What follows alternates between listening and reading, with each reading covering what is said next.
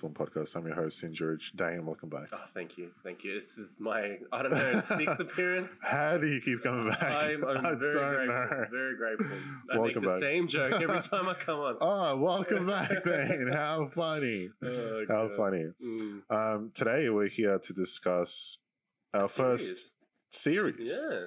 I mean, we kind of did it with a Loki podcast that was cancelled because of some technical issues with the audio not being recorded properly. But they'll make a comeback. I had some good stuff. You made some great points for that one. I thought it was revolutionary what I'd said. It's a real shame it's that gone one forever. It's lost. It's lost forever. But our first proper TV series podcast anthology, is it? Yeah. And it's for the HBO series The White Lotus. Yes. It's very hot. Oh god, it's very hot everywhere right now. Oh my god, everywhere right now. It's great. I can't talk highly about this show. Like, it's so bloody good. It's so good. Like, when you sold it to me, this is what you said. I go, well, what's good about it? You're like, yeah, it's just good stuff. I'm like, okay, cool. But no, it's a satire show. It's centered around a lot of rich white people, and just about their kind of first world problems, and exactly. and I guess just own little tragedies they've had with themselves. But going to Hawaii on a nice holiday with your family. Do you miss the lands? Do you miss the great land? Yeah. Well, I think I told you before I watched that. It's like, dude, I know you love forgetting Sarah Marshall. This is what it is. It's like things just happen. You go to Hawaii. Forgetting Sarah Marshall stories. Exactly. Yeah, all combining into one. Oh my god. It's great. Let me read the quick synopsis because it's only a short synopsis that's listed for it. So, The White Lotus, the exploits and misadventures of various guests and employees at a tropical resort over the course of 1 week. I didn't realize it was only 1 week. Yeah, I think it's at the start they said 7 days, and each day they're like, you got 5 days left, 3 days left, blah, blah, blah. Yeah. It opens up with like kind of showing the ending of the show. Yeah, so someone's dead. Someone's dead. And you don't know who it is. Were you even thinking about that throughout the show? I thought about it today in prep for this. I thought, it's like, I forgot that they even showed that. Because the entire show, you like forget about that. Yeah, I know. I was just, you don't care. Usually in the shows, you're like, oh, who done it? Exactly. And that's the thing that's holding you there. But that wasn't the thing. But you were just so entrenched and you were, these stories were just so funny and so good. Yeah. It didn't even at the end when, by the way, this is spoiler heavy. Like every spoiler heavy review. So if you haven't seen The White Lotus, check it out. Come back and enjoy this breakdown. Enjoy the ride, puppy.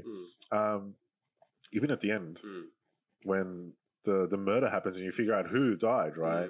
Even then, it was a surprise. Yeah. Because I was like, oh, fuck, I forgot that. I know. I think the last episode, though, I was trying to guess it because I was like, it was because I think it cut back maybe once or twice. And I was like, oh, who died? But I didn't even care because I thought, There's so much happens. There's like. I was more worried about other things that were happening, which we'll get into. Yeah. But absolutely amazing. Loved every character, actor, and actress. But yeah, so you didn't have a guess at the start who died? No, like it was kind of like. I thought his wife. Yeah, I'm like, oh, what's gonna happen here? Yeah. But as soon as I think like halfway through episode 1, I'm already like, I'm just on the trip with them. I'm you're enjoying. In Hawaii, you're having your cocktail. I'm relaxed. Yeah, I want to see what happens next. You're in the same shirt you've been wearing every Monday. Brother, it's released. I love this. Yeah, it's great. It's 6 episodes. We have to talk about the soundtrack and score because apart from good acting, good sets. That's what brings you into it. Amazing. Yeah, amazing. It's like soundtrack. I have to have a shout out because this was my favorite. Because I do a lot of research. I like to research, but especially with the scores because I don't mind a little playlist, or movie. You like scores, to listen TV to music? Scores. Yeah, I like music. But my favorite song was by the Rose Ensemble. It was Aloha O. You know that song? Aloha O. You're a very Hawaiian man, Dane. I love it. That suits you so well. Version growing up because my dad used to have the VHS of Elvis in Hawaii, and I never forgot that. And then I heard this, I was like, oh my god, this is even better because it's like there's like opera kind of singers. So I really like the vibes of Hawaii, like everything. Like you said, it's the music and everything. Exactly. The music's really good. Yeah, like just really draws you in. A lot of the tribal sounds were like, really like those intense scenes that had really sucks you in. That was great. 100%. Mike White. Did you program creator? Do you know who Mike White is? Silicon Valley. No. Idiocracy. No, that's Mike Judge. Sorry, I'm fucking this up. No, Sorry, who's Mike White? Is, oh yeah, School of Rock. It's Ned Schneebly. It's Ned Schneebly. This is Ned Schneebly. Oh, can you believe it? Oh my god, yeah. And then I don't know why I thought it was Mike Judge. He wrote the screenplay for School of Rock. He also wrote Orange County and Nacho Libre. Oh, that's great. Yeah, I didn't. Yeah, I think. And I think he ran Dawson's Creek, maybe. Yeah, things, but I can't believe it. I think I looked it up when I was watching the show. I forgot now, but and I remember seeing his face. And I was like, Ned Schneebly. I know. When I googled Mike White, I'm like, no fucking way. Like, and so apparently he's a writer first. Then I guess maybe just jumped in where he wanted to. But well, it's funny. Like that happens sometimes. You see like an actor, and you're like, oh, like what the fuck? That's that actor, but then you realize they're more like a producer. And everyone knows Ned Schneebly. Ned Schneebly. But my God, he wrote and directed the show. I can't believe it. So that's great. It's great to see him back, and he's come back with something big and huge, and it's very popular now. That's awesome. Well, a lot of great faces show up in this show. Yes. I think the one that really drew me into watching the show was our man, Steve Zahn. Oh, yes. He's just so good. We're both huge fans of his. If you talk about, like you just said, the old faces. Coming again? Yeah. Hello, my friend. Hello. Oh, God. We both love even, I don't know, did you watch Sahara when you were younger? Yes, I did. Yes, a million times. Yes. Oh, God. Miss Steve Zahn, and he's got his looks. Good. He does. He looks great. He's probably 50 now. He's got great hair. He's still fit. He's just, how old is he? 53. Yeah, he looks great. He's amazing. God. Well, we both love him. If you didn't catch our references from Saving Silverman or Evil Woman, as they like to call it in Australia, which is a interesting title change. What else did he do? He did Reality Bites. Yeah, he did riding cars with boys. I think one of my favorites when he plays a heroin junkie. Yeah, I love that. He played that kind of goofy, quirky, like best friend kind of thing. He was in the National Treasure films? No, he wasn't. That's that other guy. That's that other guy. Are you sure? No, he's not in it. Okay. I would know if Steve. National Security is great. That's it. National Security, with Martin Lawrence. Completely different film. Oh, that's great. But like we missed him, and it was good to see him back. It was great to see him back. He's still got his charisma. Oh, he's great. Quirkiness. He's great. Stifler's mom is also in this. Jennifer Coolidge. Yeah, we missed her too. We missed her too. Yeah, it's been a couple of years. She was great. Her character is great. Best, yeah, like in terms of trauma and things like that. That was good. We see the woman from Dirty John with Eric Bana. That's right, Connie. Yeah, Connie Britton. I don't know her from anything else, but she's been actually in like heaps of shit. Yeah. Like what? Well, I remember her from Friday Night Lights. She was in the TV show. Oh, you know what? She looks like a Texas mom. Yeah, she always used to play these same roles, like the mom of like some guy. So she's been the mum for 20 years. She's been a mom for a while. Still looks great, young. She's been in heaps of shit. Yeah. The son, I don't know if you caught this, but I think I told you to watch it, but you didn't. Fear Street. He's in Fear Street. Oh, I haven't seen that yet. He's breaking out now. So this is his like Fred Hetchinger. Yeah, I don't know how old he is because he looks young. So I don't know if he's actually like young like. He's very mature in this like show. But high schoolers tend to be like 28 years old in movies for some reason. The actor's 21 years old, so he's still fairly young. But and the other the other two I recognize are Daddario from True Detective. Brother, let's just stop for a second and talk about Alexandra Daddario. From the moment I saw her in True Detective with Woody Harrelson on that couch, God, we all were like, "Who is that?" God, yeah. No, she was really good. She's very attractive woman. And then the other like hidden guy I didn't know is still going around. Shane Patton from The Office. Yes. Yeah, he steals Andy Bernard's. Jane Calacey. Yeah, he's great. I always thought that he looked very like obviously in The Office he looks like Jim, right? Yeah, and they kind of bring him in as like the replacement Jim, right? But because then they call him like little Jim or something in the show. Little Dwight and little Jim. Yeah, little baby Jim. Yeah. But he's done a lot of shit now. Is he? Yeah, like I've seen him in like a couple of other things as well. God, I didn't because in The Office he plays like that Jim character, like cool, laid back, like not an idiot. Yeah, he's just a douchebag. Like, oh my God. He's in that. There's a new show. It failed. Like it's the High Fidelity show. Oh, yep. With Zoe Kravitz. There was a big hype around that. It was big hype. They only got like one season. Yeah, but he had a good part in that. Yeah. Which I stopped seeing him as Jim. As little Jim. Yes, little but in White Lotus, he's completely like his own character, good. like so good. He was, it's not a good character, but like good in the role. But good in the role, yeah. He's such an asshole. Oh god. I think the best way to get into White Lotus is... Well, we need to break down like the families that are visiting the resort. I've got, a bit of characters we can go through. Let's start with the best character of the whole show. Please. Armand, played by Murray Bartlett. Our very own Murray. Have you ever seen this guy before? I don't know if I have. He's got a very familiar face. I can you see Guy Pearce playing this role? You can. Yeah, I was That's thinking a good Guy call. Pearce, but he's better, obviously. Yeah. But he played that like, quirky, goofy. That's true. That's a great call. He's like just hotel manager down pat. It was so his character is the greatest character I've seen in TV so funny. for a little while. God, it was just his dynamic with each little other character was so he's good. Just off the rails. He has to deal with so much shit from everyone. So he's there, but we find out later on he's an ex-addict. Yeah. Problems with drugs and alcohol, which we do not, condone. We're drinking tea. Hey, relax. God, but there's this one guest which we just talked on, Shane Patton, played by Jake Lacey, who he doesn't let go. Nah, he can't let it go. He's just a rich, privileged white boy who's been, his mommy did everything for him. He's a newlywed, right, with the Dario's character. So he gets the wrong room that he wanted. He didn't get the best the pineapple suite. He didn't get the pineapple suite, which is the best room you can get, right? Yeah, exactly. And he's fucking cut. Yeah, he goes, no, look, my mum booked my mum booked this. Yeah, and he goes, no, but the suite you're in has a better view. Yeah, it's better. But he goes, but I don't have the indoor pool, and he's like, he wants all the perks. Yeah, but his wife, by Daddario, is like, I don't care, she's pretty. He gives a fuck, yeah. But he's just, and then the whole series is just him attacking him over the suite. Him and Armand just going at it. God, that's so great.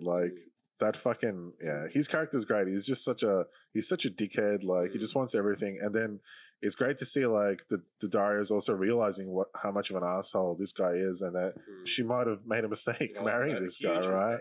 Big mistake. And she doesn't want to be that fucking trophy wife. I know. And he doesn't care. He's like, why do you have to work? You don't have to work. Self-obsessed, and he doesn't really care at all. But back to Murray. He has all these cool, interactions with other people from his staff. Oh god, other guests. Even when he discovers the drugs for the first time. Yeah. Oh no, I think he's he wants to have his big bender, and he goes to the what do you call the hotel boy? He's I like you. I like you. I'm going to be honest. I'm going to tell you. I want you. I know. I've been looking at you. Yeah. What do you want? What's it going to take? What? With days off? Yeah. Pick your schedule? It's funny that kid just went for it as well. He doesn't know he's gay as well. He just went for it. Just taking a chance. And he could just report him. I know. And then the hotel boy's like, all right, let's play. Let's do this. So he was so good, so upfront with everyone. Well, he gets also very friendly with our boy Steve Zahn, right? Yeah, so I think this is their first kind of interaction properly. Yeah. You know what I mean? Exactly. Well, obviously he welcomes them to the hotel. Steve's there with his wife and his daughter and his son and the daughter's friend, right? Yeah. They're on their little family vacation, and the daughter's friend, who's Brittany O'Grady or Paula is the character's name. I guess them two, the two young girls. The other one is Sydney Sweeney, by the way, who's also very attractive. Both of them are kind of the young kind of people. They're kind of bitching and bickering and stuff like that. Yeah. And a lot of shit happens with that family as well, which we'll get into. 100%. But with Armand, he's your favorite character in the whole. They're all 100%. Good, but he just he's just so good. And I've never seen him before. Do you recognize him from any? No, well, that's what he looks very familiar, but I don't think I have. I just see that Guy Pearce type role. I love the fact they also just left the Australian accent.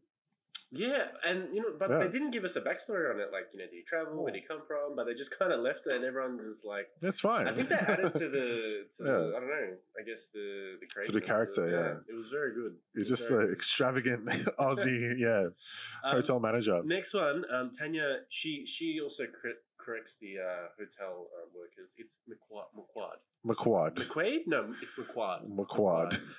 But yeah, it's played by Jennifer Coolidge. She's She's the most fucked up out of all the guests. You know what? Like, everyone's pretty fucked here, but she's probably the most fucked up by everyone. Yeah, that kind of like lonely character. She's come there to like mourn and get rid. Is it her mother's ashes? Her mother's ashes. Yeah, she wants to get rid of that, but she can't let go and move on. Remember, she goes to the on the boat ride. It's so good. And she's like, all right. I'm like, no, it's not a good idea. I can't do this. But you can in her dreams, she's trying to get rid of him, but can't. But on that boat ride, Armand, because the couple was giving him shit, played by Jake Lacey. He goes, "I'm gonna fuck these cunts up." Yeah, and he goes, "I'm gonna put him on that boat with her because she's crazy." Yeah, a mild mannered woman. You won't even hear her. You won't notice her at all. Yeah, and then it was worse. And she even goes, "Can you open the box of ashes?" I can't open. Yeah, it's like what the fuck. Yeah, the man wants to just have a romantic, dinner with his. And at the same time, Tanya's character, she's lonely, like you said, and she prefers the massage therapist, which is Belinda, played by Natasha Rothwell. Yeah, so that's interesting as well. Them too. But it was the saddest in terms for her character because she gets her hopes up. She gets her hopes up. Promises to fund her company. Or like her dream. Exactly. And it's like, it's not fair because Tanya's like not a stable woman. And like, she's making these choices and like promises. Like, look, there's a lot of themes in the show about privilege and being fucking rich and how being rich can cover your problems, and right? Using it to control people as well. Exactly. And that plays out like really well between those two characters. It's a bit naive of her to think that this would go ahead and my whole business is going to get funded. This woman's just going to take care of me. Yeah, after 5 days, I massaged her, I helped her through whatever. But a bit naive, but at the same time, it's like, fuck, she did get her hopes up. She called her son, like, maybe I'll get this kid, it's a bit sad for her. It's sad. Well, there's a lot of, these white people coming to this hotel, screwing over the locals, and it plays out later as well, obviously. The staff, Like, they're just fucking them over so much. But next we can talk about the Mossbachers. Is that how you say it? Mossbachers? The Mossbachers. Yeah, I think that's how they are. The Mossbach. So, Nicole. Played by Connie. Workaholic. Workaholic. She can't take a break. Yeah, she's just constantly doing what she has to do. She can't find a perfect Zoom meeting background. Yeah. She's like, oh, guys, it's not good lighting in my room. We gotta go. Yeah. Can't stop. But you can see she's like good with her husband, right? Yeah. But there's no spark or chemistry. She's really very blunt with him, Sure. There's even that night where Steve Zahn comes home drunk. He's keen. And then she just gives him nothing. You're like, what the fuck? Like, you think, they're on honeymoon, blah, blah, blah. I don't know. Like they said, the spark may be dead. Then you find out he cheated on her. Right. So she's been holding that backstory. Yeah. So, and it comes back around, right? Because he bought those earrings. Was it earrings? Yeah. Yes. It was like a literal redemption present or whatever. I did it with my money though, because she's obviously bringing. It was so expensive. She's the wealthy one. She's the one who's got the big business. Do you remember how much they were worth? Like, I think it was like 35 each. So 35,000 each. 70 grand. Yeah. And that's a key part of the story, right? Yeah, 100%. Yeah. Because her whole family's on trip, but they brought her friend's daughter's friend. Yeah. And you also see there, though, in that relationship, because they're really good with each other, but then the daughter's friend meets that, sexy... It's Kai, I think. Yeah? Kai, the Islander. He's great. And then the daughter gets a bit jealous of her friend. Well, she doesn't want to tell Sydney Sweeney's character. And I remember sitting with my girlfriend, I'm like, what? You're friends. You'd be like, go get it. Like, you'd be happy for each other. There's a reason. There's a backstory. Because what happened with her previous boyfriend, right? Maybe she stole her or something. She stole him for away. And then she like kind of, she goes to her, she's like, oh, you didn't care about what happened before, right? And she's like, no, that's fine. It's all good. But she doesn't tell him. And then, but throughout the time, like, she's like, obviously, black woman. So she's like seeing all this white privilege happen around. Yeah. But she's seeing everyone, like the parents are like, it's not, good for a male these days, a white male. Because we're in the minority. Like, they start like kind of, making excuses that they're having a hard time right now. Which is like total crap. And she's getting super upset. And then Kai tells the story of how the island got taken away from him and his tribe. And then she's getting super angry at everyone. And then she, with the bracelets, what happens? Great opportunity for her to set Kai up. I know. Well, she wants to help him, right? Yeah. and by telling him like, hey, you go to this room while the whole family's away, and just take the earrings. It's going to be easy. And they go on a boat trip. Yeah, the family. The family goes on a boat trip, and it's going to help the family. It's going to help him out, right? Yeah, because he'll be able to get money to buy a lawyer. Boy, was she wrong! Oh God, Boy, was she wrong! It's funny how it plays out that like she totally fucks him up and makes the situation even worse. Yes. Right. Yes. It was. It was. They come back. Well, the mom, right? They have a fight. Connie. Yeah. She comes back to the room because she's cut. And he's already in the room, right? Yeah. Stealing it. So he has to fucking like get out of there.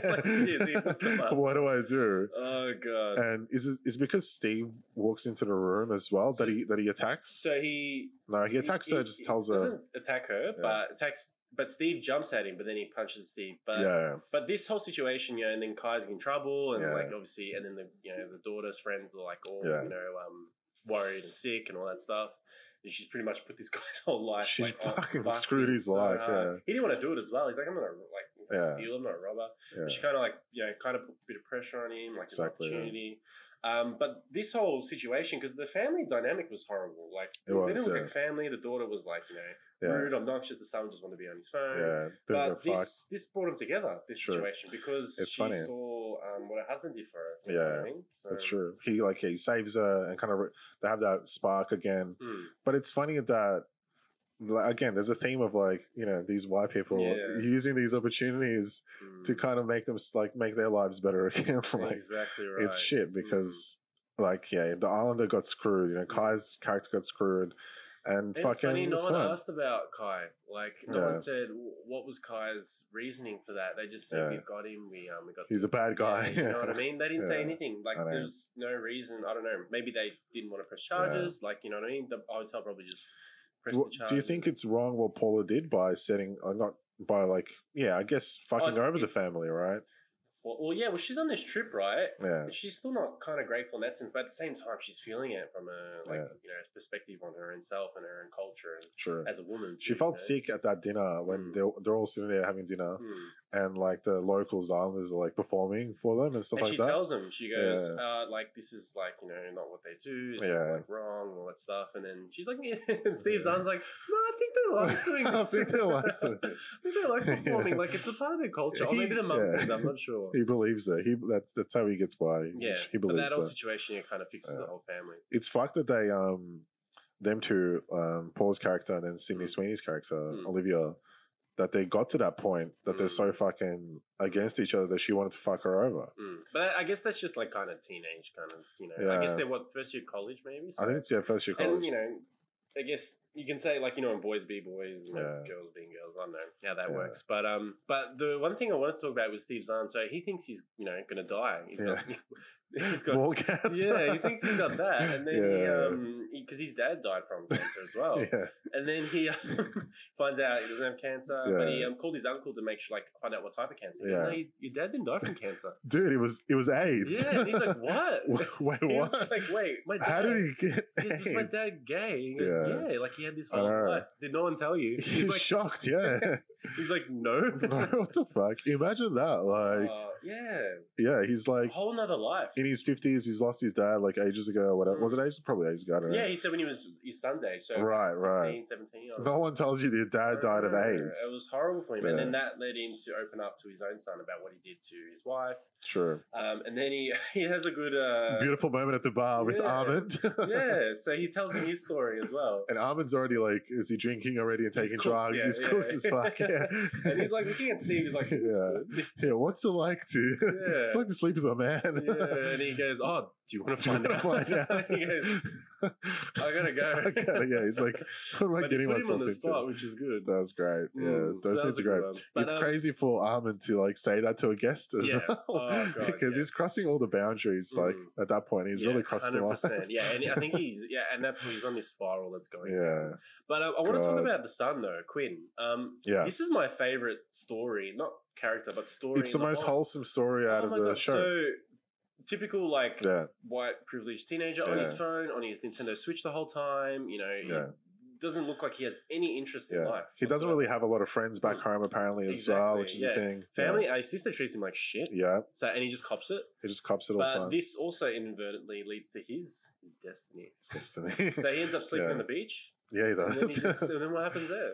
Well, like you said, he's losing all his like technology and all his distractions because he's sleeping on the beach. And I think his like laptop gets washed away or something like that.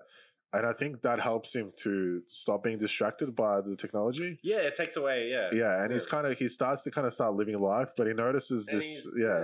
He notices that, what is it? They're like a rowing. But he looks at the sky, like he's starting to notice. He looks up, you know. He's starting to be in his surroundings. He realizes I'm in fucking Hawaii, like exactly, But then, this is where it comes. Is it a rowing club? I don't know. Is it like the local? the rowing team? The Hawaii rowing team. Whatever island they're from. And they're like, we need this little white kid. He sees him and he's amazed, and the next time he works the courage, he goes the same time that next day. Works up the courage to just talk to them, and then they're like, just jump in. He starts having an actual local experience and like a really good time. But he starts to live. Yeah, he actually starts to live. So and then that's his whole journey, and that's the biggest growth I think in the whole show. It's great. Well, at the end of the show, like maybe jumping ahead a little bit, but he ends up wanting to stay on the island and do that, right? If you're a parent, right, and your son's 16, you're on this trip in Hawaii, I'll be your son. He meets the rollers. 16-year-old half squat. Okay? Yeah, you're my boy. I want to ask you, Dad. Yes, son. I want to stay here. What are you gonna do? I want to be on the road team. Get the fuck out! You get in the car right now, you idiot. Oh god, but yeah, like I reckon I would shove my foot up your ass. But I don't know. I reckon I would let him. You think so? If it really depends. I guess if I'm Steve Zahn, like I don't know, but if I'm me, like, and that happened to my son, and he was super passionate, I reckon I would be like to my wife or whoever, I'd be like, you just go, and maybe I'll stay here for a little bit, and then I'll go back and look after him. Because imagine that would be awesome to live your life like that. I think us as the viewer, we see his growth and that this is good for him.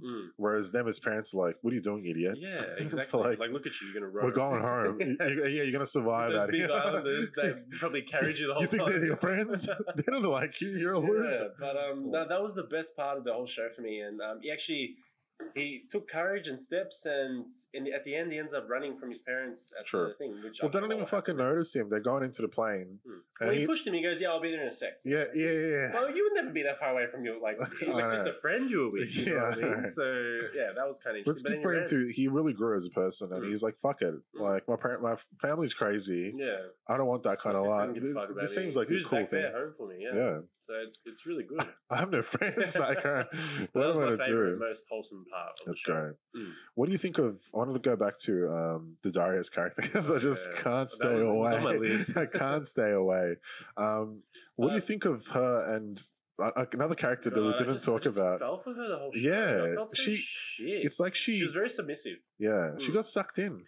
She got sucked into this whole thing. She explains the whole thing. So the whole time she's like to her husband, newlywed, on their honeymoon. Leave it, don't worry, let's just enjoy. Who cares about the pineapple sweet?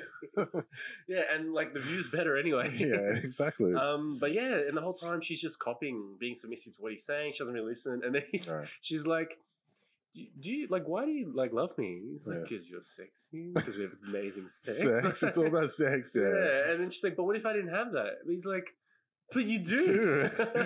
Why would you say that? She's like, but what if one day you stop, finding me so attractive? He goes, that won't happen. He just completely you're good now. Everything she was saying. He's not listening to her at all. What she's trying to say. And then she realized, her job was gonna quit and all that stuff. Yeah. She realized she's becoming a trophy wife because his mum ends up coming on. Oh, Kitty, Kitty Cat. Oh god, Molly Shannon, who she was good. We watched recently in A Night at the Roxbury as one of the Butabi girlfriends. Yes. She's great. Her character's fucked up as well, and you can see why he's like that. Exactly, because she's also like, I know where the best resorts are. This is happening this way. It's gonna happen my way. Just very bitchy. His mother crashes their honeymoon. I can't believe it. It's fucked. It's another red flag for her, right? For Daddario. Yeah, she's just copying red flags. It's red flags everywhere. But do you think do you think that it's a bit dumb that she didn't notice this about him before the trip, right? The thing is, no, because she explains her backstory in like she has like a bit of a monologue at the end, but she takes the courage. She goes, "I don't want to be with you anymore." She goes, I think this is what she said. She goes, "I just came from a bad breakup. I've never really had money. My parents like were like poor growing up." She goes, "And you were so handsome, and you know I saw you, and then you took me away in the city. We had such like it felt like a fairy tale. Like I dreamed of all this, but." And she goes, "I don't want to be a trophy wife." She realized that after that. So I think she only just realizes, and she goes, she got caught up in the wedding, and it's be stressful, you know. And you know, I can only imagine how many wives, you know, if they just had the guts to, like, you know, before the wedding, jump out, instead of going on the honeymoon, then jumping out. You know what I mean? And it's hard because you got pressure from everyone. You know what it reminds me of? The Heartbreak Kid with Ben Stiller. It's like you get to the honeymoon, and on your and she's a psycho, or like someone's he's a psycho. Yeah, exactly. God. But it's a shame. And only together a year. Only together. So you quick always wedding, go away, and that's a lesson of life for everyone. If you're not together, 2 to 3 years, you have to. Don't go to Hawaii if you've only been together for a year. Yeah, but so I guess she just got swept away, and then she realized he's going to be that the rest of his life. I know. It's fucked. She really needs to get out of it. It's funny that she ends up kind of staying with him at the end, though. Well, that's the thing, and you feel even worse. She caves. She goes, and maybe she thinks like because of her and like maybe mental health and stuff. Like I'm not worth it. Like I'm worthless. Who else is going to take me? He does have money. I will be secure the rest of my life. But it doesn't. It's money at the end of the day. It plays a big part as well. It does, and you know everyone's different. So. You know what's an interesting connection as well? Daddario's character writing an article about Nicole, the mother. Mom, Yeah, that was an interesting connection to the family. Well, I wanted to bring that up. She kind of has an interesting, what do you call it, interaction with her and Steve as well. Yeah, she does. Because with the mum, she goes, "I read this article on you. I love you." And then she goes, big fan. "Oh, what's your name again?" Yeah, she goes, she tells her name. What's her name? Rachel. And then he goes, I hated that article. Oh, that was you. Yeah, you fucking bitch. Yeah. And then she was like, "Oh no, I was actually supporting you." She goes, "You made it out seem like only because I'm a woman, I got where I was." All these points. He's like, "I worked so hard, like all this shit." So that was shit with her. And then with Steve, he's like,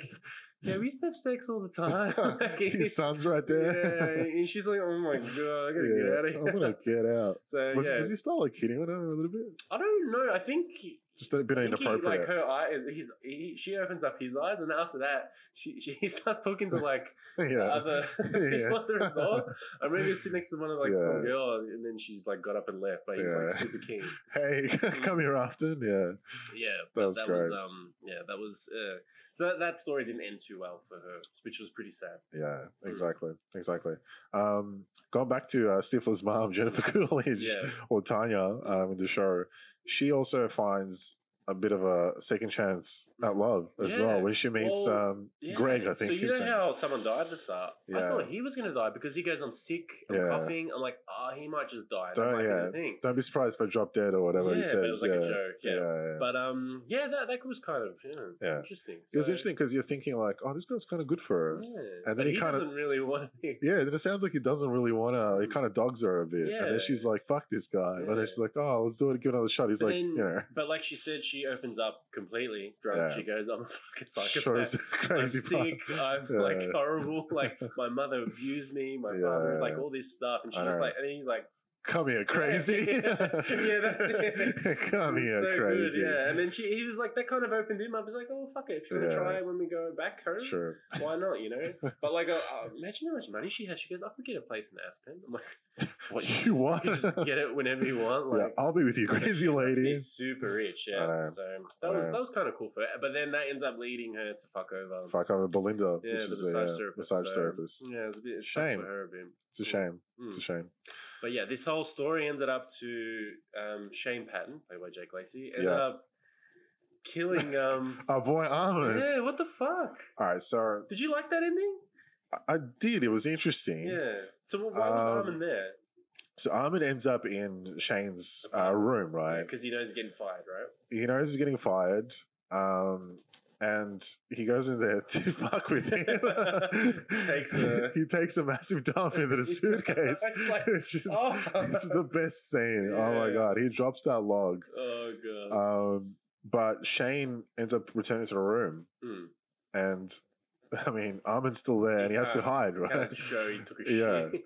But I guess the setup before that is because the robbery happens at Steve Zahn's place with the earrings and stuff like that. Yeah. So they're all on high alert because they're like, fuck, shit's happening here. Exactly. And he's a spoiled little brat and he thinks like, oh, I got to protect my family now or whatever. Yeah.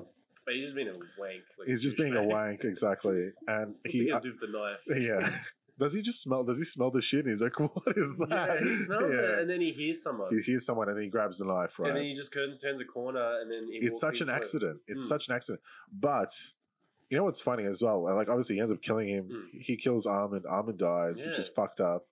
But in a way, he's just protecting himself in his room from an intruder, right? And at the end of the day, he pretty much gets away with it. Like nothing happens to him. Crazy, and the comparison between him and Kai's character, they're completely like he's trying to steal something, and his life's probably ruined, Yeah, yeah. And this white privileged, rich man gets a slap on the wrist like nothing, pretty much, and just goes home. Yeah, like, I know. It's crazy. And I actually was going to bring that up. So what happens?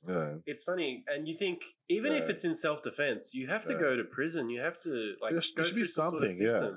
He gets to go home on his scheduled flight. What time's your flight? So, and then, like you said, the comparison is they look at what happened to Kai, and Kai didn't even do anything horrible. You know what I mean?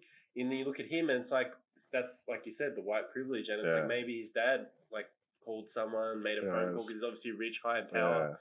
So they can pay it off. It's pretty sad. It's the Lotus Eaters. It's so sucker. It's like a big circle. So yeah, it's pretty sad that happened. Yeah, that's fucked up. No. But like you said, that ending kind of episode and those scenes, like the Darius character, as you said before, she comes back to him and she joins him again at the airport after she said she's done with him. Like she still kind of caves back in, and she's like, even though he's done this now, it's like.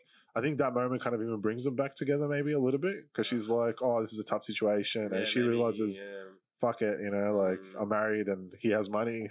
Fuck. Exactly. So what am I going to do? It does. It really does. Yeah. So, it's crazy. A lot of shit happens. Yeah. But yeah, like I said, very good. Very good the way it's done. Really intense, but very happy. All right. Definitely. Are you ready for some hit or miss? Hit me, brother. This isn't great today, but, I feel like because we covered a lot of it. Yeah. But you tell me if you love it or not. Daddario, Alexandra Daddario. Cocktails. Hit. Cocktails? The cocktails? Yeah. Oh, brother, a hit. I wanted to make so many cocktails. We should have had some for this. Hawaiian shirts. An absolute hit. You look fantastic, So, Dave. are you happy that Armin died? No. Because you know how this is going to be an anthology series? Right, there's going to be another series. I could see this Armin always being in the show, but it's always a new group of guests. He goes to a different resort. Yeah. He's a new hire. Yeah. He takes over. Yeah, but he's the same fucking asshole. But it's all revolved around him because he's the star of the show. He really is. I hope he does more stuff after. Well, quickly on the sequel or whatever, like the next series. My understanding, it's going to be a new cast and a new place, like a new resort. I don't know a new resort. Okay, probably. Do you reckon they'll keep it tropical? What if it's like a Swiss, on the Alps or something like that, like a lodge? Can you do much in a lodge? Does much happen in a lodge? Maybe an Aspen. Coolidge. Aspen. Oh, interesting. Yeah. But yeah, so. Next one. I wish Arthur didn't die. Sad. Yeah. He was great. Rachel going back to Shane, we don't like that at all. That's a miss. Yeah, big miss. Big miss. Probably good for the story. Yeah. Quinn running off to join the Hawaiian swim team. Brother, that's a hit all the way. Oh, God. If I was that kid, I'll do the same thing. I was that brave at 16, I know. I wish I quit all the sports I was playing. I just rode with the Hawaiian team. Something. I don't know. Just join a club or something. I don't know. Give up. Tanya not funding Belinda's health resort. We don't like that, do we? No. Shane's mum joining him on the trip.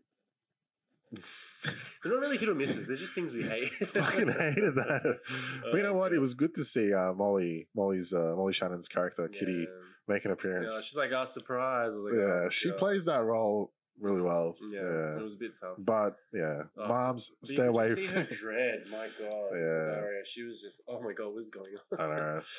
Okay, you ready for some trivia? Hit me, brother. I know you love some good trivia.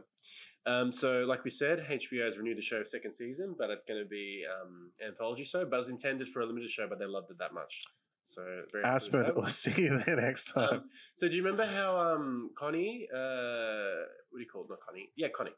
She can speak Mandarin because she talks to the what do you call her meeting from China. Yeah.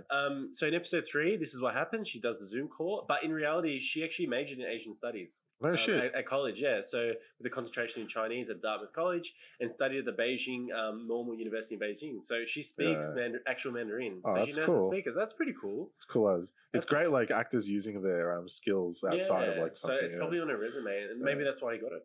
Maybe. Yeah, Mike's like, I want Connie. I want Connie. She can do this one scene that this show really depends on. Armand. Okay, sorry. So Jake Lacey. I wish this was us. Jake Lacey claimed that due to COVID-19 production bubble, the cast in real life stayed in the same hotel and ate every meal together at the same restaurant, just like their character in the show. So they were actually stuck there during COVID for a while. And filming it there. No shit. Imagine that's where you were stuck. Just in Hawaii. Oh, fuck, man. Eating meals together, preparing for the show. When they were at their highest in America, that's where they were. How fucking good would that have been? That's so good. Not in my fucking room doing Well, you know what that reminds me of? And the show kind of reminds you of this other situational kind of show, which is Nine Perfect Strangers. It's on Prime. It's got Nicole Kidman and stuff in it. I started the first episode. Yeah, I really like it. Yeah. It's similar because it's like a group of people, right, at this like fucking thing. It's not fun. It's but it gets crazy. I'm like 5, 6 episodes in, or 7 episodes, I think. But even that, they filmed that in Byron Bay. Oh, did they? Yeah, so they're all like during COVID. There. They were in Byron Bay filming it. I don't know if they were all like living and eating together like these guys, but it's cool. It's another like COVID situation where everyone's together. How good would that be, man? We missed Byron, Hawaii. We should have just. I don't know. All we have is this room. Don't want to talk about it anymore. Okay. Okay, my next one is Armand describes the guests as lotus eaters, based on the ancient Greek mythology of people who eat the addictive lotus flower and ignore real world issues in favor of luxurious apathy. Right. One of the guests played by Alexandra Daddario, who was also inadvertently becomes a lotus eater in Percy Jackson and the Lightning Thief. That's where I watched it. Yeah, I did. Yeah, I can't believe it. She was so young. Oh my god, Percy Jackson. I remember. Like I said before, Percy, you're so handsome. Yeah. Now, like I said before, I remember watching kind of True Detective. Yeah. But then I remember watching Percy Jackson after True Detective and feeling a bit strange watching it now because she's more like a teenage kind of character. I remember watching Percy Jackson in the cinemas. Yeah, I liked it. That's good. Yeah, she had some good roles now. But I wanted to talk. I thought this would be a good issue to talk about. So I've been to Hawaii. Oh, have you now? Yeah. Tom Cruise. I love my movies. But have you been to like a tropical area maybe? No, you think you're better than me? But like you want to, right? You definitely want to go. You don't want to go to Hawaii. Yeah. Watching this show in lockdown, I was thinking like, God, I'd love to go on a holiday. But now this show has made me think about like the land that's been taken from the native people. True. And if we go to Hawaii to stay in those resorts, to live off their land, and they don't even own the land. They're just workers on their land who they've been kicked out, and we're fueling that big, rich, white. Yeah, but it goes both ways. It's like tourists going there is helping the country, like the economy, the island be better, right?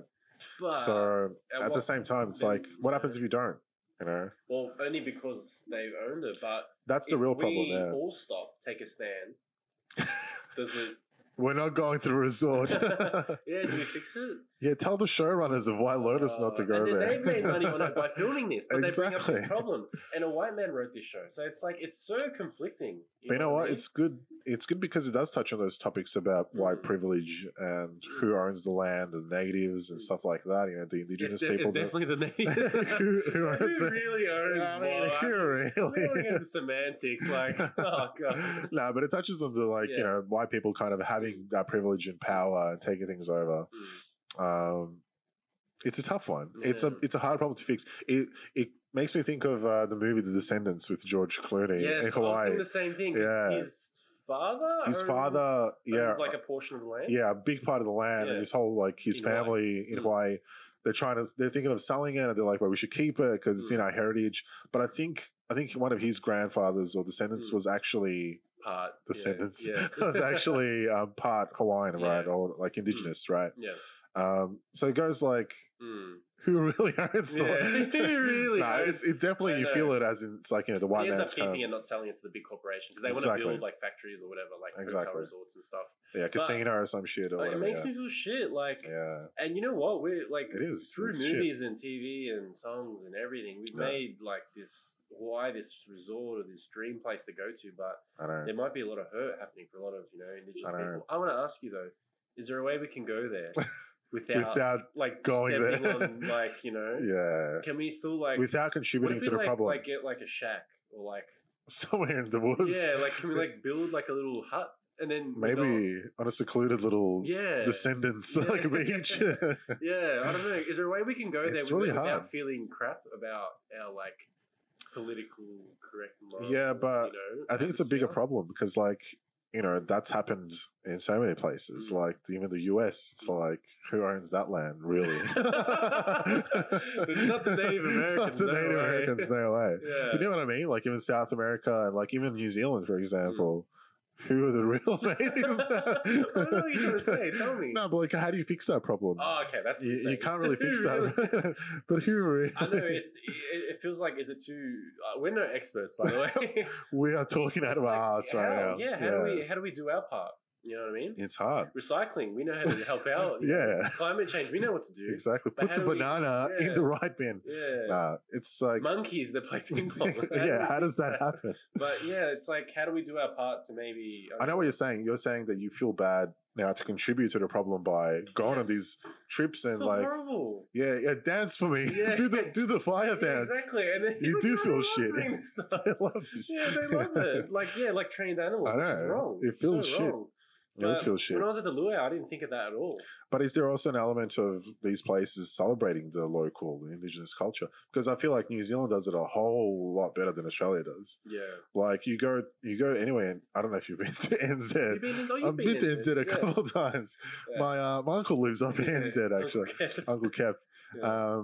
And when you go there, you feel it. Like you feel like they've got their Maori like language written places. And it's celebrated. Heaps of white people, but mixed there is, but it's mixed in a lot better. Heavy accents. Yeah, and they consider that their language. Whereas like in Australia, like it seems like the government doesn't fucking like care or like our indigenous culture. Yeah, like why isn't it celebrated more? Like it should be. I know. Well, I feel like there's not much indigenous like landscape around. Like I see more like Chinese culture and all this other stuff. So in the cities it's probably tough. Like in other parts of Australia maybe more, but at the same time, like I feel like Australia should be celebrating that a lot more. It's because of the suppression we've done for so many years. So. Bastards. I know, God. Those white bastards. I know, we fucked everyone. So but I just wanted to bring that up. I thought it was a good, thing. So so concluding, there's no way to we can't go. We can't go to Hawaii and feel good about it. I think we can as long as we get some camping equipment, a shovel, some duct tape, a banana. Yeah, I like it. Okay, maybe we can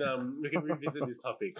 We can maybe move off movies, my podcast. We'll do just the problems in the world. Hawaii without feeling morally guilty. Feeling bad about staying at the resort. Yeah. Okay, sorry. Let's get back to what if we do the fire dance this time? I feel like these guys suck, and one of them is about to get burnt. Yeah. Oh God. Okay. Sorry. Back to trivia. Go on. So in August 2021 interview with Catherine Van Arundel in Vulture, Mike White said that he did not have a writer's room for this show. He wrote all the episodes by himself. Mike. Yeah. Mikey. That's pretty good. And he's absolutely killed it with you mean Ned Schnabler. It's pronounced Ned Schnabler. Oh, so good. He's great. Oh, this was an interesting fact. Jennifer Coolidge, Connie Britton, and Molly Shannon all star in Promising Young Woman. But they do. But none of them have a scene together in White Lotus. None of them share a scene. Oh, interesting. Yeah, I thought that was pretty cool. That's interesting. They do. Interesting. Shane.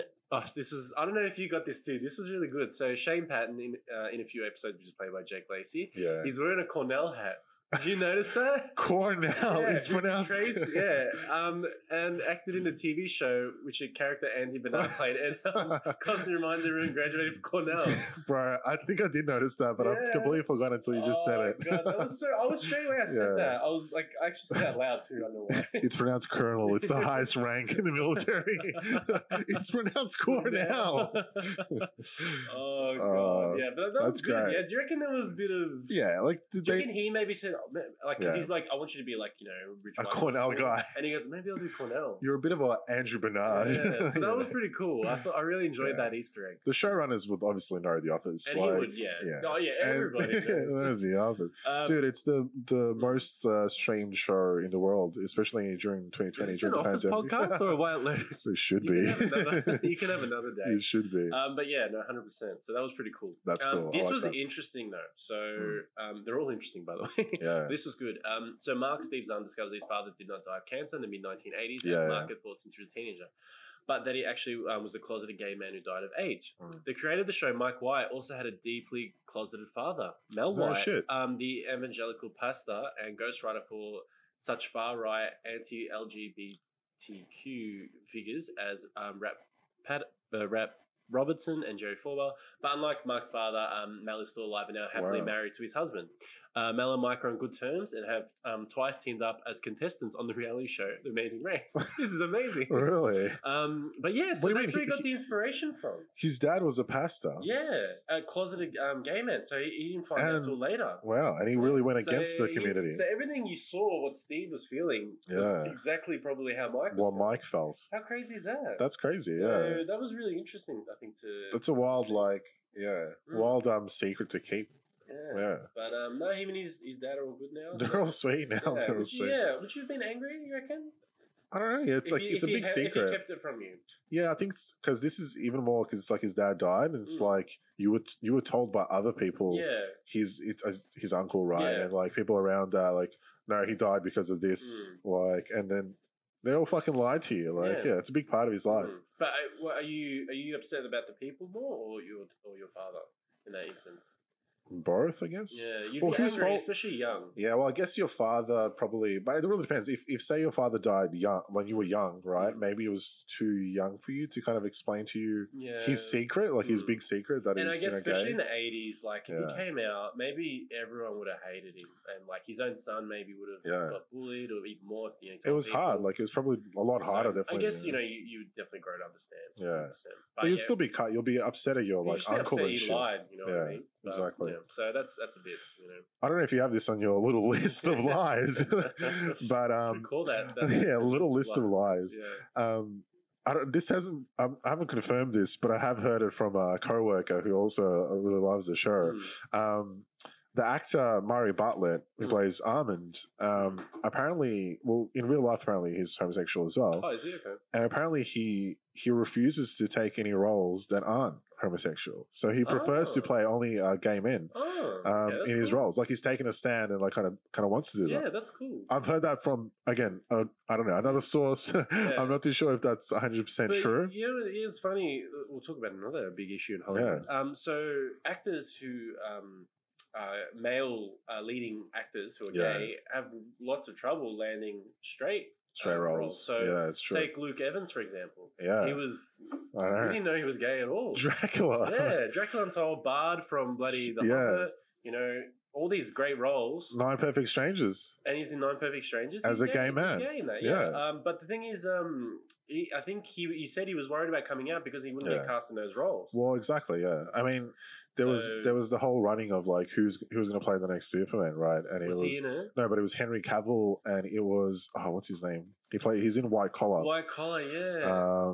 He's great. What's his name? So did he not get it because Matt Bomer? Because he's gay. Well, like I don't know. Maybe no one ever said that, right? But I don't think it was for Henry. It was for Brandon Routh's one. No, I'm sure it was, because Matt Bomer and Henry Cavill look very similar. You reckon? Like in their face. Like their face is very similar. Like blue eyes. They've got that Superman kind of look. So I know they were up for the role. And again, like who knows who's casting if there's a prejudice and stuff like that. So that's horrible, man. Yeah. But I can understand why. The thing is like, I'll only play gay man. That's awesome. Yeah. That's good. If that's true. Again, this might be bullshit. We'll be able to see. He's not a huge actor, so maybe he'll take roles for money. I'm seeing, articles, he's a star at 50. That's how good it is. So good on you, Murray. Good on you, mate. I've got my last trivia. Here we go. Okay. But we already talked about this, so we don't need to talk about it. It's some viewers found implausible that Shane would have been allowed to leave Hawaii so soon. So that was where my information was from. But we discussed that maybe his dad gave a call. It depends. Like, so, what's the actual reality that plays out there? What do you think? Ooh. In terms of like, does he stay? Does he where is he in 5 years? What do you mean? Where the kid? Does he join the Hawaii rowing club? No, I'm talking about Shane with the killing. Oh, the killing. Yeah, sorry, I thought you meant the kid. No. Sorry, killing. Yeah, Shane was the douchebag. It's not plausible that he would get away with it so soon. That under normal circumstances, at least a court appearance. There'll be a trial or something like that. Self-defense. Okay. But yeah, and then he says he got questions in New York in an interview. He goes, here's how I think that's intentionally done because White Lotus reality is how can one class of person be treated by criminal justice? If he can pay it access off to money and power, it's just horrible. Sure. But yeah, we did touch on that before. Yeah. Going back to my question though, with the kid, Queen, yes. Where do you think what actually happens to you? You know what? Okay, he's 16. His dad's not a big guy. Yeah. I'm worried he doesn't make the Hawaiian pro team. I'm worried. His arms aren't strong enough. Like maybe I don't know. Maybe if he trained, I can't see him with the big boys. Like they seem to take a liking to him. Maybe he's on like the squad. You know how there's like first, second, third string. Yeah. He's like the towel boy. Like he'll come to competition. Water boy. He'll train with them. Like he said he's good dead weight for them to practice. Yeah. So who knows? Yeah, I'm excited to see the future for him. He probably, I don't know, maybe he discovered some kind of wholesome little life there. You know what? Maybe because his family's rich, he gets to maybe funds them to go travel around the world and do rowing. Gives back in a way. Yeah, that would be awesome. Or he gets a job at one of the bars making cocktails like Tom Cruise did in Cocktail, and then he comes back to New York. And he's just so good. Yes, that would be amazing. But, that's where I saw it going. But yeah, no, that's interesting possibilities for him. Yeah. Do you have what about high hopes for Jennifer Coolidge? Do you think him and her new? I don't think they. I think wait, he's gonna die. That man fucks up, or that man dies. I don't think he's from Aspen. Yeah, I think he's from somewhere else. Well, that's the other thing about falling in love or having a fling on holiday, right? It's not real. Yeah. It's a fantasy kind of in a way. So what happens when they go back home? Yeah. Who knows? I've never been a part of a holiday fling that I would love to be a part of one day. Oh god. Yeah. And the couple? Yeah. I reckon she divorces him later. I reckon there's too many issues there that are just going to resurface again. Hope she doesn't, the rest of her life stays a trophy wife. Trophy wife. Not that there's anything wrong with being a trophy wife. No, if she would but she obviously doesn't want to be one. True. So we recently started watching The Real Housewives of Melbourne. There are some trophy wives in that show. But it's nothing wrong. That's the main thing. Exactly. But we only say it because she obviously doesn't want to be. She doesn't want it. She had a career. She wants to make make her stand. Connie though doesn't think she's a good journalist. But, she thinks she's terrible. You know what I wanted to ask you? I don't know if you have this on your little list, but who are they casting in the next series, in the next season? Oh, I hadn't thought about it. Who would you? Yeah. Are we trying to get a similar demographic? I don't know. What kind of who's your hotel manager? Who's your hotel manager? Yeah. Oh, I don't know. Armin's just so good. I would cast Luke Evans because he's great. I reckon. Could you go? Who's Could you go crazy? Right, like an eccentric, over the top guy. Yeah. Jim Carrey. Wow. Yeah. Is he too much though? That's the thing. Maybe you go in another direction. Yeah. I'm thinking like a guy can just who's so Guy penis. Yeah, I'm thinking Guy. But I would see Guy more like a drama version of that. Like a full series. His character from Mayor of Easttown kind of fits a little bit of that. Maybe that's what he did when he wrote the book in his younger years. That's what he was writing. He was writing The Lotus. Okay, who would you get? Well, all right? Well, tell me what without knowing what the scenario is going to be. Who's coming to the resort? Okay. Is it a family? Is it also another couple? Is it friends on a trip? I want to say. Is it a spring break kind of situation? Same-sex couple. Yeah. I want to say. That'll be interesting. Family. Yeah. But adopted children. They could have kids. I'm gonna say. I like single bachelor. Single bad boy. Yeah, but he tries with everyone but can't get anyone. Yeah. Or you go the other way, he sleeps with everyone on the island. I like that. Like, not everyone on the island. But you know what I mean? Like, you know, maybe like the husband has an affair with him because he's gay. I don't know. Who knows? But definitely, I want like a similar hotel manager. Yeah. Neil Patrick Harris is a hotel manager. Okay. We could see that. Yeah. I reckon he's singing and dancing away. Maybe we need to stop casting gay actors in this role. It could really be anyone. Yeah. It could really be anyone. Maybe it's a female. Idris Elba as the hotel manager. He's like, can I get that rundown? Yeah. How long is that rundown going to take you? Oh, God. John Krasinski. No. You wouldn't want him. I don't know where you're going with this. I don't know. Yeah. Castle. No, not as the hotel manager, but he comes to the resort like with his family. With Emily and their 2 adopted children. Oh, my God.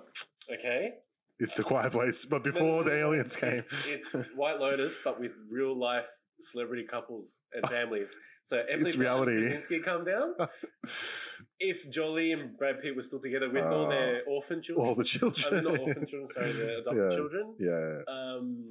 Maybe there's a dynamic like the actual, like, I think his name's Knox maybe or something, the actual child of Brad and Angelina. Like, he's jealous of the adopted children because maybe they get more love because they were from a third world country. Like, special treatment. Maybe something's there. Brad and Emily have a little thing. Brad and Emily. Oh, yeah. Yeah. Who else could we put? Jennifer Aniston's there. And she's like, Brad. Angelina. Billy Bob's there. Bob. He's got the little, he's got his blood ready to go. Oh, it's just getting crazy here. You want a little swing of this, honey? And maybe Ewan McGregor's there. With Mary Elizabeth Winstead with her new baby. But his ex-wife's there with their 4 kids. Yeah, you'd love to see that, wouldn't you? There's lots of things like that. Yeah. But White Lotus reality. Yeah, oh my God, celebrity reality. That would be reality. That could be. We could be showrunners. Like, right. Yeah, for a reality Have show. You written before? Yeah, once. How many quarterfinals have you made? At least once. Yeah, let us know, Mike. Are we feeling it? I'm thinking creme de la creme. I've only got one I want to go through. Steve Zahn, maybe. Steve Zahn. Anyone I know has got a probably extensive list. Let's go to Steve. Steve Zahn is fucking great. We mentioned a couple of the movies. Sahara, that was good. It's such a good action adventure movie. All right, let me run you down with my man, Steve Zahn. Yeah. Movies that we recognize. Start from the start. Reality Bites. Wasn't his first movie. Rain Without Thunder was his first film, but then Reality Bites. Good movie title. Yeah, Rain Without Thunder. Is it a drama or action? It looks like a drama. Is it like Twister or Dante's Peak? Looks like a drama. The rain comes, but there's no thunder. I thought maybe it was like a disaster movie. Yeah. It's just raining. What the hell's going on here? Yeah. Crimson Tide. Is he in that? Yeah, Denzel and Gene Hackman. Yeah. Jesus. I'm sure it's like a little. I can't remember him in it. Little role, probably. That was a good movie. I don't know if you've seen it. Oh, it's great. The Submarine. Couple of other ones. That Thing You Do, which was I think Tom Hanks was in that one. Out of Sight. He had a couple of these like little. George? Yeah, he had a couple of these roles. Yeah. I'm sure they were like little starting kind of roles. You've Got Mail. Yeah. Forces of Nature. Oh, Forces of Nature. Yeah. Jeez, he's worked with heaps of big actors. He's done a lot of shit. There's a movie called Happy Texas, which he was a lead role for, but I don't recognize that. Well, it's probably really good in it. Stuart Little as the voice of Monty. Oh. I don't know who. I can't remember which character that was. Chain of Fools, Hamlet, Dr. Dolittle 2, Joyride, Riding in Cars with Boys, Dude, 2001. Joyride. Did you ever watch Joyride? I did. Loved Joyride. Paul Walker. Yeah, that was great. So they just they mucked around with the truck driver. Yeah, what was his thing? I'm coming to get you. Was like candy cane or something like that? Right? On the thing. He was like, "Oh, hey, baby!" Like he was pretending like he was a girl. He's like, "Come meet me at this room." Yeah, but it was like some guy they hated, and then the truck driver. The guy was fucked. Yeah, and he ended up shooting who was in the hotel room. I think that's what happened. I remember Joyride. And then was they were good. just fucking chasing it. It was actually quite good. It was good. Yeah. So same year, Riding Cars with Boys, my favorite. And then the same year, Saving Silverman as well. So he was in 5 movies in 2001. What? Yeah. Chelsea Walls, Dr. Dolittle 2, Joyride, Riding Cars of Boys, and then Saving Silverman as well. That's a lot. 2001. Big year for Steve. Maybe they dropped them all then. He probably filmed them like a year back or whatever. That's good, yeah. Evil Woman Saving Evil Woman. Oh my god. God, that's so good. Jack Black, Steve Zahn, Jason Biggs, yes. Yeah. And who else? Amanda Peet. So such good. a good movie. Just 3 guys. Favorite line off the top from that movie? The back of the back of the closet. Well, I reckon I'm gonna go. I'm a mime. Dude, mimes don't talk. Dude, mimes don't talk. That's such a good movie. You haven't seen that? That's highly recommended. It features Neil Diamond. It's so good. After that, he did Stuart Little 2, Daddy Daycare, National Security. Daddy Daycare was good. I actually frothed National Security as well. I liked it. It was good. Back in the day. Good. Employee of the Month. Oh, go watch that. Is that with Dax Shepard and Dane Cook? Nah, this was with your boy, what's his name, Matt Dillon. Doesn't sound like me, man. A lot of joy. Hey, come check out this guy. It doesn't sound like me, man. He's got a good role in that. Who else is in that? That's actually... Wait a month. I don't know that one. Christina Applegate. Yeah, Dylan. Check that one out. Looks alright. A movie called Speak, Chicken Little, Sahara, 2005, Bandidas. That was Penelope Cruz and Salma Hayek, I think. He was in that. Yeah. Oh, Rescue Dawn with Christian Bale. It's like good? Yeah, when they get captured by like they're prisoners of war or some shit. Yeah, it's interesting. He's made a lot of interesting choices. He's comedic role, serious role. Definitely got range. A couple ones I don't recognize. Sunshine Clean, Night Train. Don't think I recognize that as well. Perfect. Fuck, he's done a lot of Dario Wimpy Kid. Now we're getting to like 2010, 11. He's done a lot of the Wimpy Kid movies. Jeez, he did like all of them. Couple of cartoons like Escape from Planet Earth. And then 2013, he was in Dallas Buyers Club, which is a good little role. Oh, he was there for a second, wasn't he? Yeah. You reckon he's good friends with Matthew? Probably. Yeah, I reckon. They had a good time. Sahara days. Yeah, do you reckon they had a good time in Sahara? Probably, yeah. I reckon. They probably became Steve, you're a great guy. Yeah. Knights of Badassum. Badassum. That one's good. The Good Dinosaur. The Ridiculous Six he was in. I haven't really watched that. I think we tried watching it once. It was tough. It was funny. Captain Fantastic. He had a role in that. Who was he? I don't know. I think he was like the husband. Yeah, like a friend of the wife or something. Yeah. I remember that actually. Yeah. War for the Planet of the Apes. He had a role in that. I don't remember that one. He must have been a monkey voice. Dude, he was a monkey voice. He was, yeah. He was the bad ape. Was he? Wow. Interesting. I reckon Hollywood loves Steve Zahn. Yeah, just put him in. But I feel like putting him as the bad ape voice is like kind of wasting Steve Zahn. Didn't like Woody Harrelson have a good role in that? I'm just happy he's in it. Like, sure. Because I completely forgot about him for 10 years. Sure. So our friend of the podcast, Niall, actually worked on War of the Planet of the Apes. Shout out to Niall if you're listening. Yeah. Friends of the podcast. Then a couple of ones that I don't recognize. A movie in 2020 called Uncle Frank. Maybe we should check that out. Okay. And then a movie called Cowboys, which looks like a lead role. Looks all right. Okay. There you go. And then again, like TV shows, he's done a bunch of things. He was in like Modern Family. Was he? Oh, yeah. He was. They always get good guests on that show. Yeah, exactly. And then like a bunch of other TV shows that I don't really recognize. But yeah, White Lotus 2021. 2021. Right. What's your creme? Because I think I know what it is. Riding in cars with boys. I just can't go past it. But you don't love him in that movie. I do. I love it. Is he a big part of that movie? Yeah, he's her husband. He's an asshole. Is he one of the boys in Cars? He's one of the boys in Cars. Oh, wow. Drew Barrymore. She's young in that, yeah? She's pretty young in that. And like as in a character? Her character, it shows her whole life, kind of. It's like when she was a teenager. Does he get oh, wait, I don't spoil anything. Well, it's been out for a long time. Yeah, but it shows their life, right? It's so that's better than Evil woman. Saving Silverman. Oh, I don't know. See, that's a serious role. My friend. Hello. It's great. I don't know. Now you're selling it back. Yeah.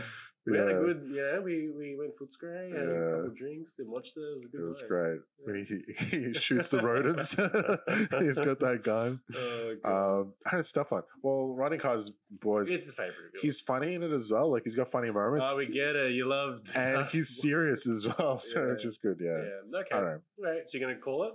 I'll pick that one for myself. But you can pick Saving Silverman. Evil Woman, yeah. With White Lotus very close by. White Lotus. So he's great.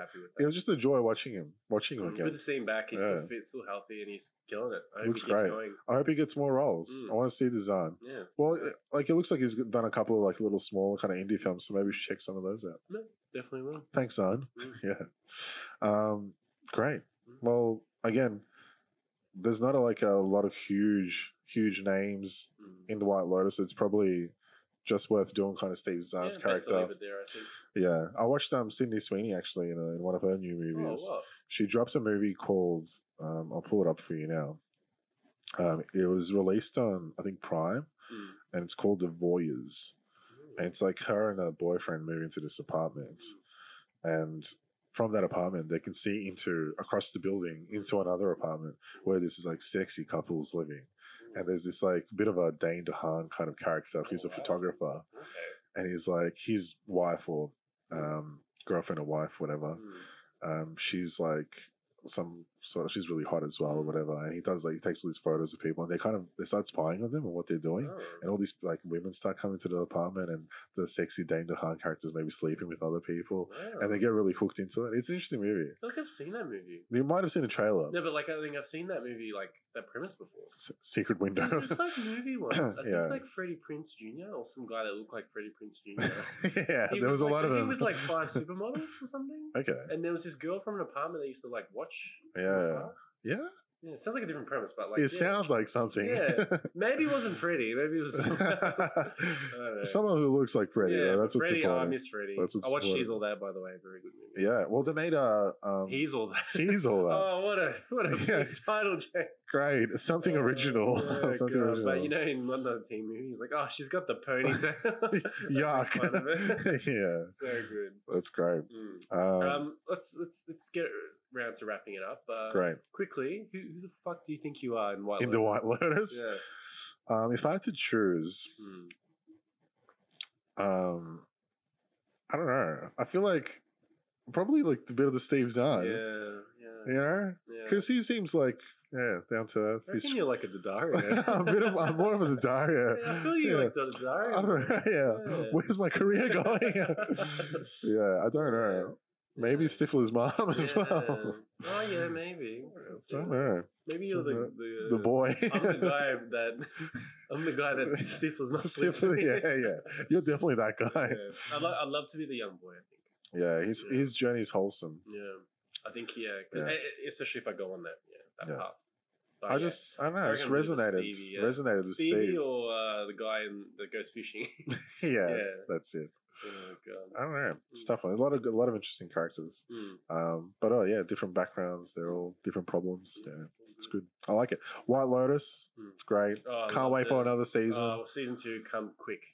Couldn't come any quicker. Mikey boy, Ned Schneebly, please. Ned Schneebly. Please come around. Continue writing that script. Get in that room. Just out the episodes. I'll be really interested to see who they cast on next one. Very interesting. Yeah. I reckon we might get some bigger actors since it's bigger.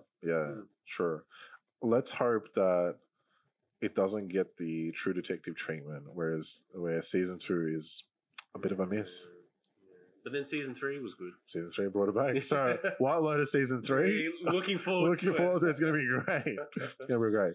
Dane, thanks for coming along. Thank you. Lovely to be Great to chat White Lotus with you. We'll be back again another time for another thing. Yeah, I'll see you soon. Yeah, I've been watching things, so we'll be back. We'll be back. Thanks for listening, and subscribe if you like this for more. Comment, do something. Yeah, it's great. Tell us what you think. Can we live in Hawaii without being? Is it right to go to Hawaii and enjoy the land? Because we feel horrible. Because we're scared to do it, but we would love to. Thank you.